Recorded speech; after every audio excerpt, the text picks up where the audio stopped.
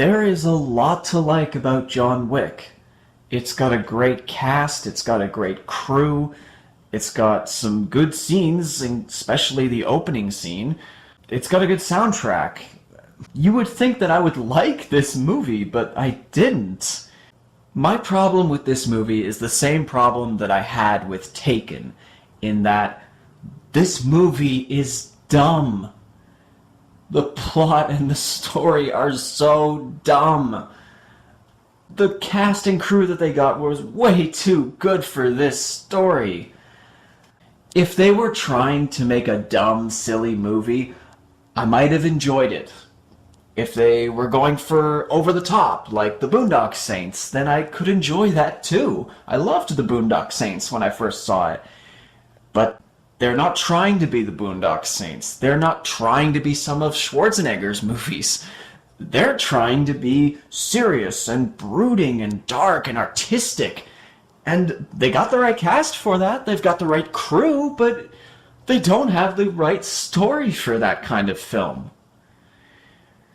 The stupidity just stands out even more when it's faced up against this really good cinematography and great performances, and it just doesn't work. That's my point.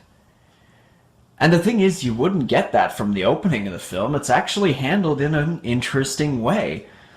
See, John Wick has just buried the love of his life, and it turns out that just before she died, she arranged for a puppy to be brought to her husband's house as a final gift to help him with the grieving process. It's a well-filmed, well-acted opening, and the puppy's adorable too. It works. It really caught me off guard. After that, John Wick has a run-in at a gas station with a Russian youth named Yosef. Yosef wants to buy his car, John Wick says no, and so naturally, after this polite refusal, Yosef decides that he and his buddies are going to track John Wick to his house, beat the crap out of him, steal his car, let Yosef show his face to John Wick so he knows who's responsible, and then they kill his dog in cold blood for good measure.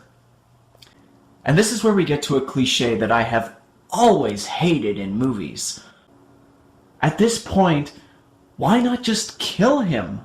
Not that I want to see John Wick die, but it wouldn't make sense for them at this point to let him live. I mean, even if they don't know who he is and what he's capable of, he can still call the cops.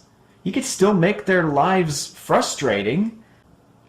There are a lot of moments in this film where a simple shot to the head would solve a lot of problems, no matter if you're rooting for the good guys or the bad guys. But no. Instead, they let him live. And John Wick turns out to be one of the most notorious assassins who ever lived. Just their luck. But the real kicker is he's also a former associate of Yosef's Russian mobster father. Come on, why did they put that coincidence into the script? I get that they're going for this fate idea, they bring it up later, but it feels really half-baked to me. I don't buy it. So then the movie is basically John Wick going on a bloody vendetta to avenge his dead dog, and also what the dog represents to him. And I don't have a problem with that, actually. I think that's an interesting idea for a film. It could have given a great psychological edge to the movie, but that's really all they do with it. The rest of the film just sets up action scenes and moves along to the next one when it's finished. The characters are introduced, and they're all slaves to what the plot needs them to do, even when it goes against their characters or their common sense. And again, I don't blame the people who made this film. And for the record, this is the kind of role that Keanu Reeves does best. He's a man of few words, lots of action. He conveys a lot through silence and facial expressions. He's really good in this movie. And the supporting cast is filled with brilliant actors as well. You've got Alfie Allen, you've got Michael Nyqvist, and John Leguizamo, Clark Peters, and Lance Reddick, Willem Dafoe, and Ian McShane, they all give great performances. And the people who made this film know how to make a film look good. I mean, the fight scenes, depending on what you want in a fight scene, they're either very complex or they're overly choreographed. Depends on what you want in an action scene. But the point is, they look good and they're well filmed. There's no stupid shaky cam, that, for the most part anyway. I mean, this is a well-made action film.